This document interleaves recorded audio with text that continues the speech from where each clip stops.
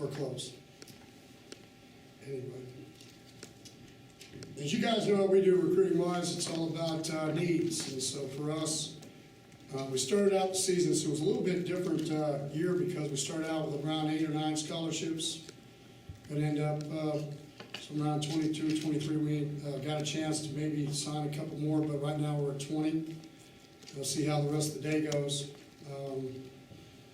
But one of the things, we lost during the season for different reasons, defensive line-wise. We felt like when you went back and evaluated your season, what we had to do is we felt like we had to get bigger on the inside.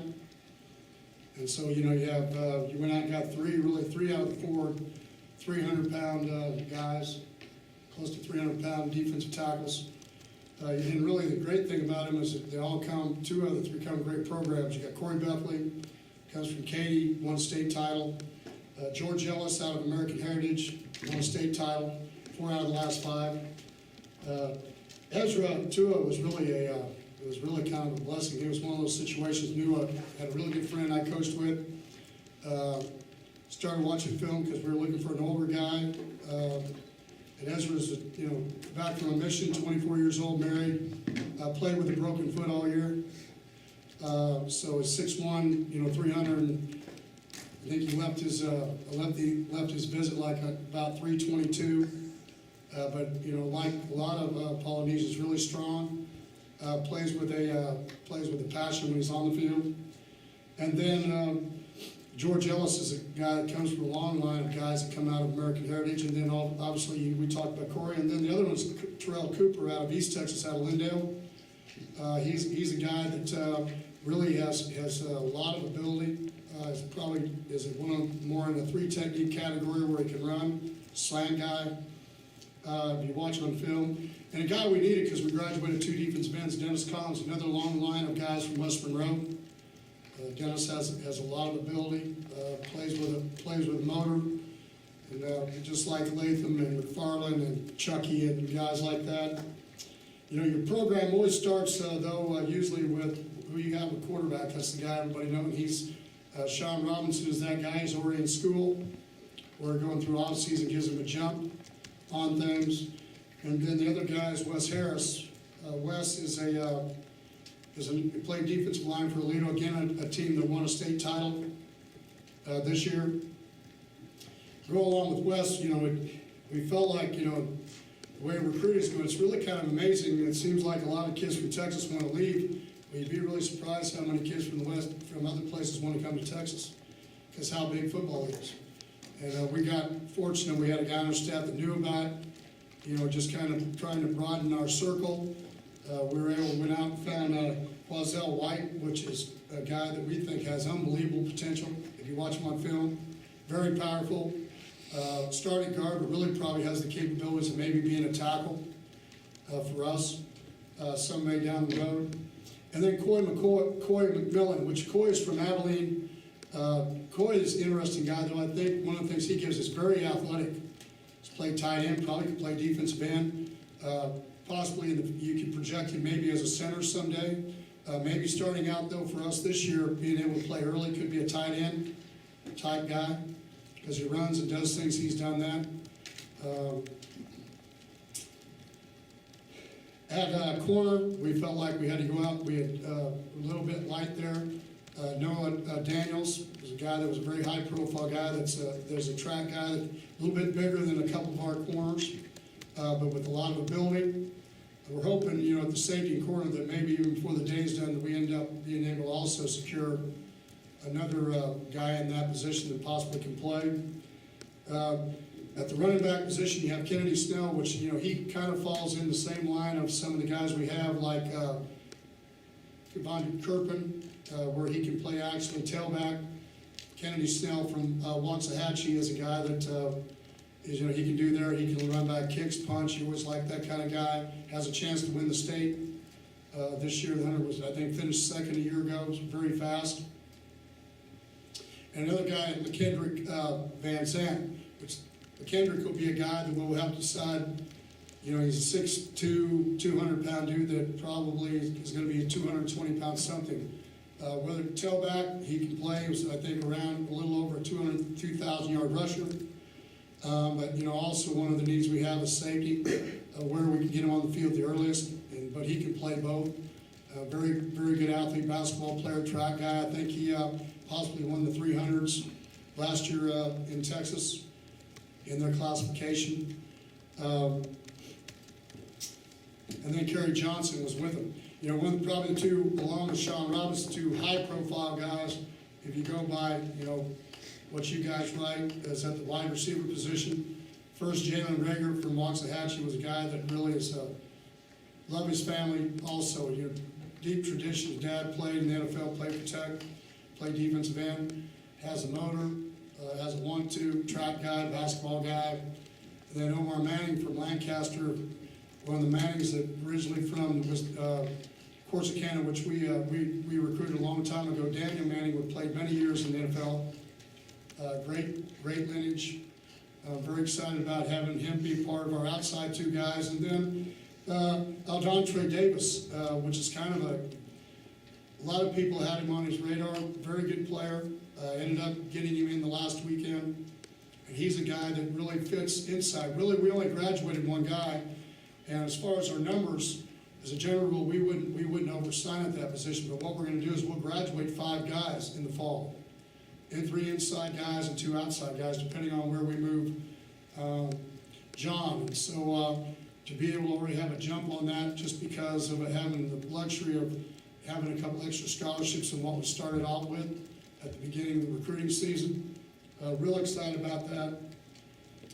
Let's see who else we got here. Linebacker-wise, we have Alex Bush, which will be here in June, out of Cerritos College. He was been a guy that everybody, I think some of you listed as a wideout, Nigel Meekins.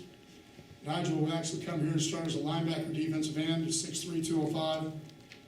A guy that has unbelievable athletic abilities, played quarterback, kind of a typical end of your recruiting class guy that has the flexibility to do a lot of different things.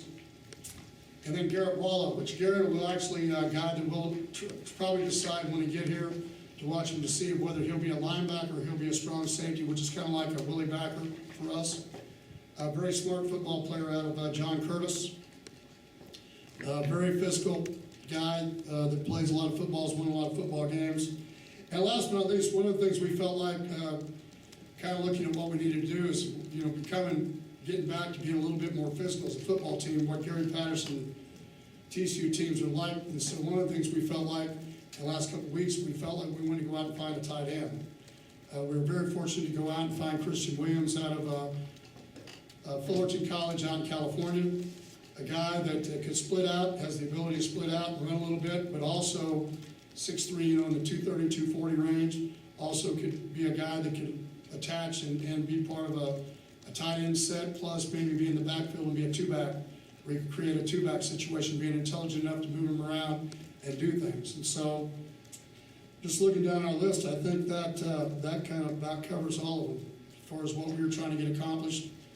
We got a couple scholarships, so spring-wise, we still felt like maybe we still, like everybody, would still like to have got another offensive tackle. You never have enough defensive ends. Really probably would have liked to got one more safety. And so outside of that, some people brought up a kicker. We'll get our guy back first, and we'll see how that all goes. But it's, outside of that, it was a good class. I think they're all paper tigers. So we'll see what they do once they get here. I know the guys that have been here so far have done really well already in the first 2 or 3 weeks. So it seems like you guys went back to the Gary Patterson way of finding under the radar guys that play positions that you guys can switch once they get here on campus. Was that the plan going into this recruiting cycle, to find those guys again? We've had a couple, in the teens, 20s recruiting classes. I'm fired up because we're back in the 50s. I think our team, the class we recruited that won the Rose Bowl was 65th or something like that. So I went back to guys that football was not the meaning that any class before them in the last 2 or 3 years was not, but there was an emphasis to add to this younger team, because we only had 8 seniors, to add guys that I thought brought a little bit of maybe possibly toughness. Alex Bush being one, he's a linebacker, kind of a throwback type. A guy that was two-time, I think, most valuable player of their league out there as a freshman and sophomore. You know, first question he asked me was about, well, how's the leadership in the room? Those are the kind of guys that you like and what they do. Coy McMillan, guy, brother, plays at Texas. A guy that, you know, it's, again, where do you need me? You know, good getting back to guys that were good. Plus, you have some profile guys. But it's, you know, I would say it was definitely a group that we went out, evaluation class, which I was excited about. You know, and so it's already a lot of excitement. Already had a junior day and did all that, and we got another one coming up. So then we'll see what the new regulations are going to be in college football and what we have to do from then on. But a lot of excitement in the 2018 class also. So. Gary, how many kids on this sheet here do you have on campus right now? 2. Which ones is that? Wes Harris and Sean Robinson. We had 5 last year doing it. You know, if we change, if the early signing date goes through, I think one in December. We've been voting unanimously for a long time. What's the holdup on that? Well, they got to vote on it in April. You think it'll pass? I got to think, you know, without making anybody mad, because I think it has a great chance to. You know, kids have been coming and going to school now in the spring, and graduating and going in January forever. And it's been very seamless. We had 5 guys last year. I mean, it just, to be honest with you, it just makes sense. You know, I don't know about the April. To be honest with you, I'm myself concerned. You know, I haven't had a chance, and so without inserting my foot, I'm a little bit concerned about in April, May, and June, basically turning it into a contact period, because you're going to have official visits, if that's what ends up getting voted on. It's basically going to have 5 months of everybody's going to do what they have to get a kid on campus. That wasn't really anything that came out of our meetings from the coaches that was voted on. The new signing date was 10th coach. The way we do camps, all that stuff was talked about.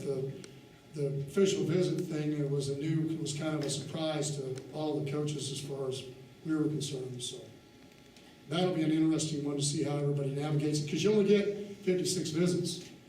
So how do you use your visits in January, in April, May, June, and then also save them for December and January also, because if you don't get somebody, you don't use too many, you don't get the kids you want, then how do you navigate December and January?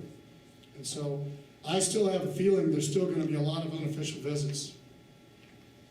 Still going to get a lot of kids on campus doing things, because you're going to be careful of, even without those. I think we had, and this was more for us because of more of an evaluation year.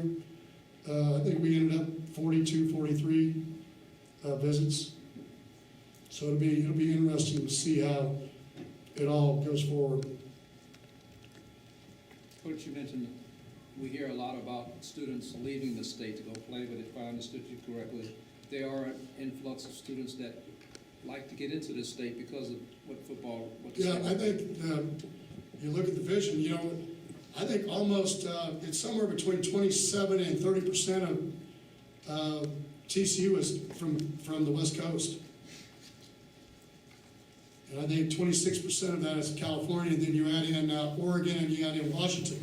So there's a large amount of their friends coming to school here. We're always trying to find, and that's one of the things we found out, I think, in this recruiting class is being able to go. TCU was very well known because of LT, when we played in the Mountain West Conference, and just the level of football. And so it's, I mean, there's some possibilities there as we go forward. Coach, you mentioned your receivers, they're both high-profile guys. Sometimes one high-profile guy doesn't want to go to school, or another high-profile guy is coming. How do you keep those two? Well, they play on one side and the other plays on the other. You can't, you find if you only have one great receiver, they'll just double cover him. Josh Dotson doesn't have the year he has if he doesn't have Colby Listenby. You've got to have it to where you have 2 on each side. So that makes it simple. everybody gains by having more players. If all four of your receivers are good, then they have a lot of trouble. Are you finding it easier to attract receivers? No, it's hard. Just, you know, people we're recruiting against. You know, I saw, there was an article on amount of kids leaving the state in the Big 12. You know, one of the things you guys, and everything associated with 2012 of A&M going into the Southeast Conference, but what people, that wasn't written there, which I thought was a fact that they should have been part of the article, is they also forgot that Missouri, Colorado, and Nebraska also left. So you brought in two and you lost four, four teams left. I mean, if you looked at the numbers, because it went from 60-some guys staying in the Big 12 to going down to 40, then in the 30s and all of it. Well, you lost four schools that all recruited Big 12 opponents and still do, but now they don't count in our numbers. And so there's still a lot of kids going here, but a lot of the high-profile guys have left. And you know, we've got to do a better job as schools in the state of Texas how we keep them. But you know, with the new rule with you can fly parents and the whole family can go and do all of it, I think you're going to see travel. And now, not kids aren't going to take 3 visits if you'll pay for everything to go. They're going to take all 5 visits. It becomes vacation. And so for me, that's at least from where I stand. And that's one of the things I got to decide when I bring a kid in from out of state is, why is he coming here? Is he really interested in the school? You want to, or he just want, you know, what's he looking for? Gary, isn't there a financial incentive for the coaches and athletic directors to curtail that? You're talking about that much money to give a kid and his family vacation? To reduce the number of those potential visits? Yeah, it's going to be hard to do that now if you have a 5-month window. But I don't know what you mean by it. Well, I mean, if you got, that's coming out of your pocket, maybe not yours personally, but the department's pocket. And I would think all the schools, there'd be financial incentives. Well, how can we reduce costs? Yeah, but here's the thing, that a coach doesn't make those decisions. The key that the people that should get a hold of that is, which is really surprising to me, is commissioners and ADs and presidents of why you would allow now 5 months. You could have 5 months of official visits because of the financial incentive that would. But doesn't that create a wider gap between those who've got money to burn on that and those who don't? Yep, just like cost of attendance. Yeah. You know, those who can give cost of attendance and those who can't. Yep. I mean, it's like everything else in the world. Football, athletics is no different than anything else business-wise that's out there. There's always either it shrinks or it widens. And you know, that's being a guy that worries about college football, that's one of my concerns, because I've been on the other side of that tracks. So again, I keep going back to tell you that I'm always trying to protect the 26-year-old young coach that has an opportunity, just like I did, to become whoever you want to become. So Gary, what's been your impressions of Sean Robinson these first couple of weeks? good. I mean, all they've been doing is running and lifting. So he's done everything school-wise. He hasn't been on any list. Him and Wes they won, I think, an award the other night. Both of them did. So it's, but they roll up their sleeves. If their names aren't coming up, that's a really good thing. You know, and it's not an easy. Our off season's not an easy off season to be a part of. So, I mean, they've been pushing through and doing their thing. So. Will he compete? Do you want him to compete for the starting job, or would you rather have him redshirt? You know, it's really not fair to him. Obviously, everybody, you know, that's conversation everybody would like, but he's got to learn the system. I don't think spring will be that time because it's going to be a learning process for him with the offense and getting stronger, getting bigger. You know, it's that first semester. One of the things that he has with an advantage is that he's going to get these 15 practices over with. It would be a lot different than a guy coming in June, you know, because he's going to get a chance to say, "Wow, this is going fast," and then you get down to spring, and then he'll be able to settle back, watch himself, and then when he starts in fall, which not just him, any new young player, that usually is what happens to him. because they get into it, and man, this is going fast, the people play faster coverages, they're blitzing faster, the wide receivers are faster, and then, you know, they get out of it, and then they get in the fall, and then the game starts to slow down a little bit more. The more reps you get, the more things you do. And the better players, it slows down quicker. And so, you know, I think Coach Sonny will do as good a job, he'll do as good a job as anybody, because the amount of time he spends at it, getting it, not just him, but Brendan Wooten and Mulestein and Kenny, where we need to get, because we threw too many interceptions. We all know that, of getting them and we were last in the NCAA in drops. So if you want to get better, we've got to do a better job of catching it, and we've got to do a better job of throwing it to us. And I mean, there's no secret of things we got to get better at. So, How stressful is it for you guys the last 3 weeks of a recruiting cycle? what do you mean? I'm still talking to somebody at 1:45 this morning. Yeah, and to be honest with you, I woke up this morning still not knowing. We didn't know till past 11:30, 12 o'clock for the last, one of the last ones, so. Is the guy you were talking to at 1:45, did he commit? Huh? The guy you were talking to 1:45 in the morning, did he commit? He's here, yeah, he will be here, yeah. Your impression of the size you added to the offensive defensive line?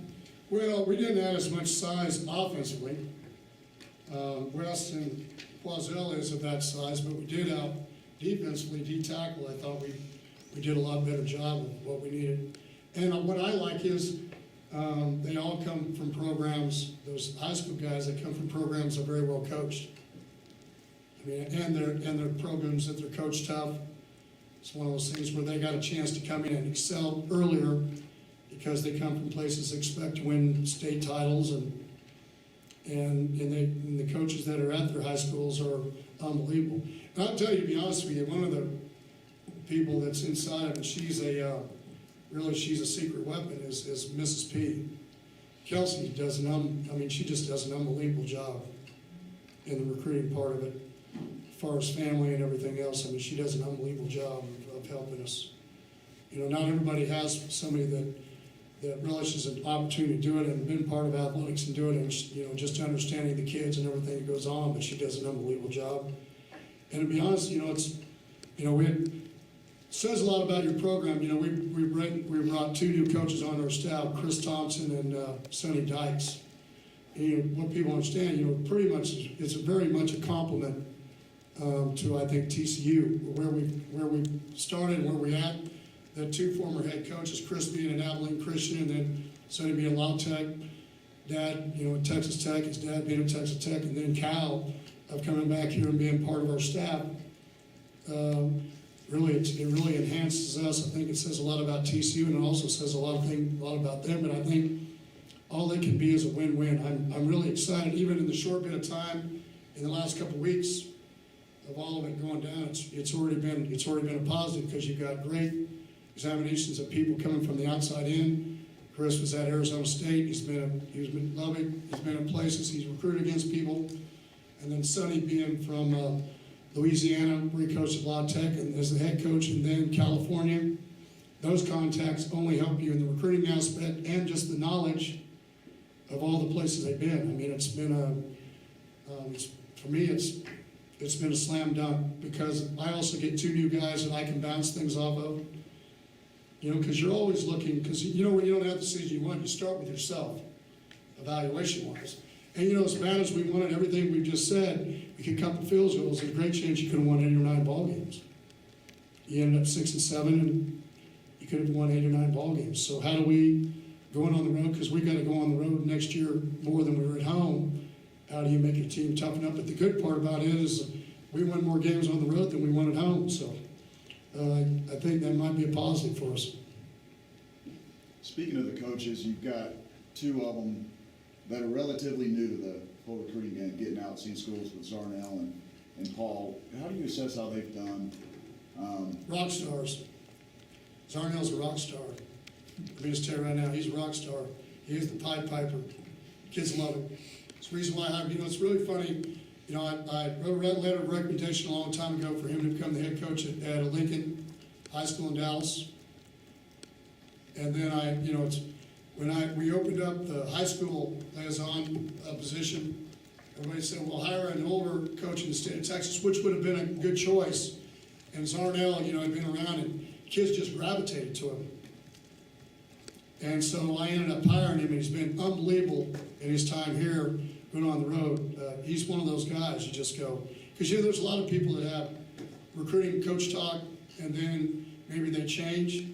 But Zarnell truly has a pure heart, and kids love to be around him. He's a good football coach. He's a great recruiter. He's a great family guy, and it's easy to see. And the thing is he's tireless.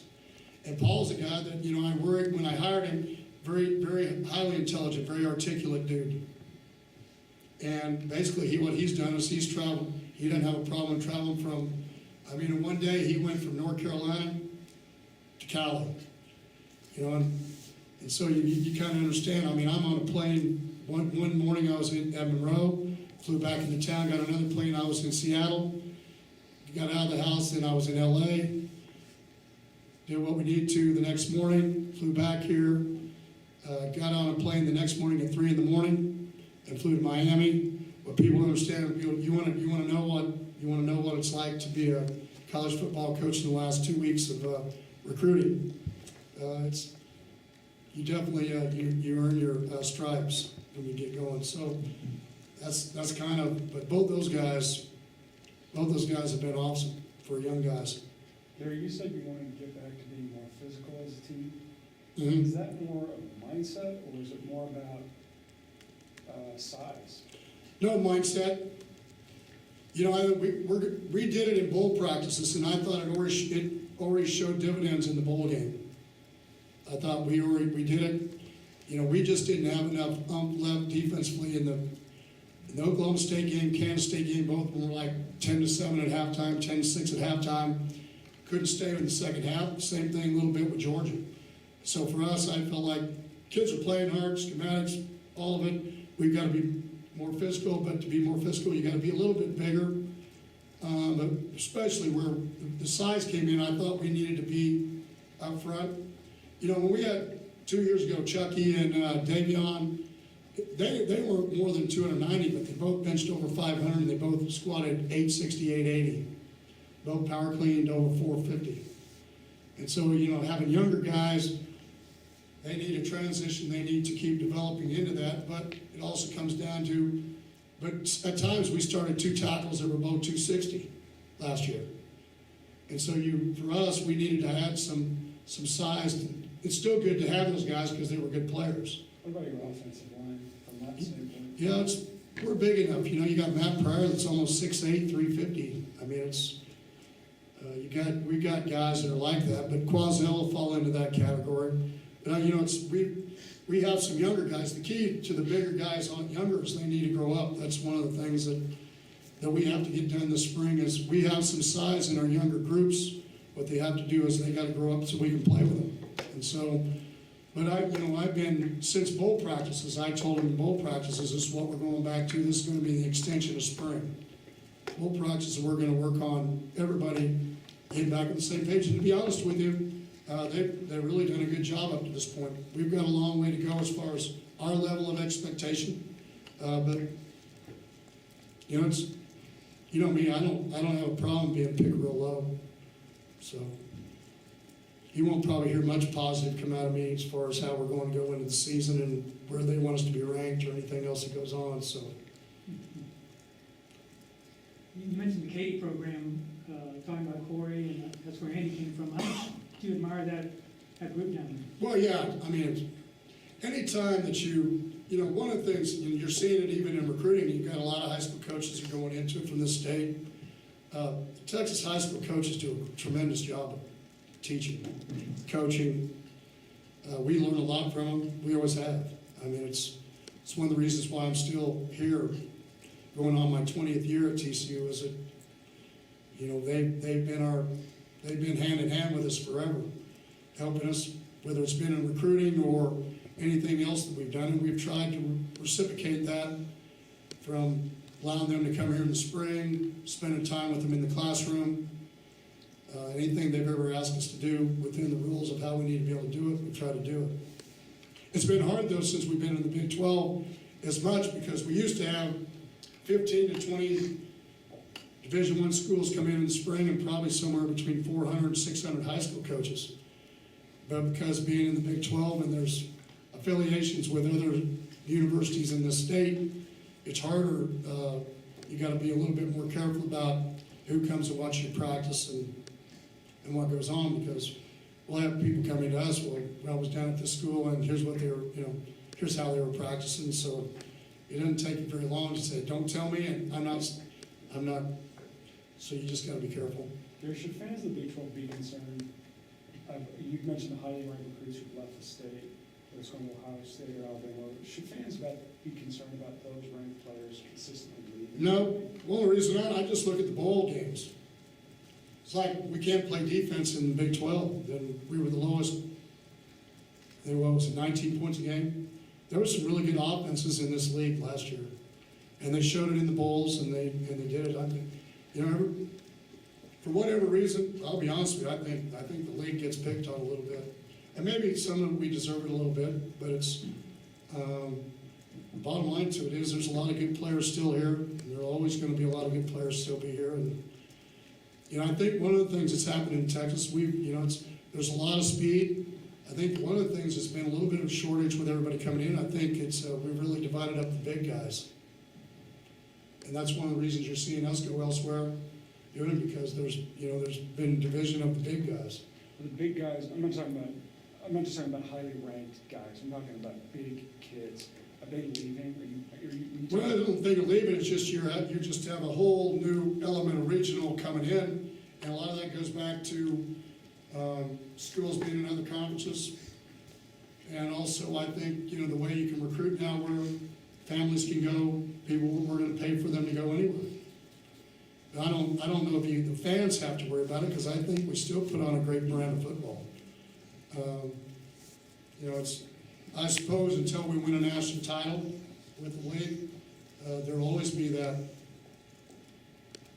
that question all the time. But I don't think anybody wanted to play Oklahoma's offense at the end of the season, the last half of the season. I'm just going to tell you that right now. Oklahoma State. Colorado was supposed to be one, and you watch how they played in the bowl game. And you just go down the list. We're probably the one that gave up the most points second half and went due. So and they played physical on defense. So Gary, how did Coach Dykes come to your attention, and what will he do for you? I don't know. If I tell everybody that, then everybody else will know. Obviously, he's good enough that he's become a head coach, and he's been all the way back to Mike Leach. He was an assistant on his staff, knows how to throw the football, got great ideas. You've got a young offensive coordinator, so you have a guy in the room that's going to help you with a lot of different facets of that, along with Chris and our staff. See, one of the things I don't think people give credit for is, a guy like Rusty Burns has coached 8 or 9 NFL quarterbacks. Coached a lot of NFL guys. Unbelievable talent evaluator, unbelievable coach. Jared Anderson has coached 3 or 4 different positions for us. Unbelievable coach. Looper's coached from Cam to Newton to all the running backs. You go down the list of places he's been. So you put that all in one. You put that all in one room. I've been very fortunate in my time in 20 years of having some very good football coaches, all the way back to Dick Winters of the world. It's Eddie Williamson. It's just had a lot of knowledge that have been, a lot of guys that have been a lot of different places, coached with Dick Bumpus, from Lou Holtz to Kenny Hatfield. Coach Donahue that coached with Coach Bryant when they were at Tennessee with Johnny Majors. And so all that knowledge has been through our place, and so it's taken everybody, and that's I get a lot of the credit, but to be honest with you, I've had a lot of good people to bounce things off of through my years, and that's really what I like about, not that I don't have it in my office already, but to have 2 new guys that have been out there, that have been head coaches. How'd you do it? Because like anybody else, when they've sit in my seat or anybody's seat, they always look at it a little bit different from an assistant coach's standpoint because they've been there. And so it's not as easy a decision as what sometimes assistant coaches think it is. You think it's a slam dunk and they're only thinking of one aspect and I'm looking at 6. How do you win? How do you get a win-win in all of it, so. We can do 2 more questions, guys. With the understanding that they're all paper taggers right now, when you look at getting a Robinson, a Rager, a Snell, a Manning in one class, do you allow yourself to project what that could be? Well, now, we'll see who's gonna play next year, I don't know. Depth chart helps that, and then their maturity level. And really, it comes down, the way we attack summer is we tell all of them to come in and act like they're gonna start. And then we see how it goes. In 2012, we had to play 17 freshmen. And some days you may be your older guys, you don't have any injuries and you don't have to play any of them. But, you gotta be able to get ready for the worst possible scenario. That's what I do, is I prepare going into fall for the worst that can happen. That means you need to get all your freshmen as best prepared to be able to help you win ball games as you can. It's like last year, not this last season, but 2 years ago. When we lost all of our linebackers, we moved to safety and a quarterback to linebacker. So, here we go. Last question. Gary, how much value did you get out of Wes Harris and the efforts he made to sort of recruit on his own too? Anytime you have guys that get out and speak, all those guys, when they help recruit their class, there's no better recruiters than the student athletes themselves, because they're going to talk to them about coming and playing with them. That's part of they do the best job of anybody, to be honest with you, because all the great players I know want to play with great players. If they're jealous of bringing a better player in, then you probably got the wrong guy. Yeah, go ahead. This weekend is the vote, Pro Football Hall of Fame, LT, obviously, it's finalist. Your comments on possibility? I vote. And, there's been some first ballot guys, and he has as good or better numbers than any of those guys, and he's been a great representative of not only TCU, but the NFL. I don't know if you could have a better pick than LT, to be honest with you. He comes around here all the time. I wish I had 100 of him. He's not just as a player, but just everything else that how he handles himself and what he does. He's a great bright spot for college athletics, to be honest with you. Thanks, Coach. Appreciate you guys coming out.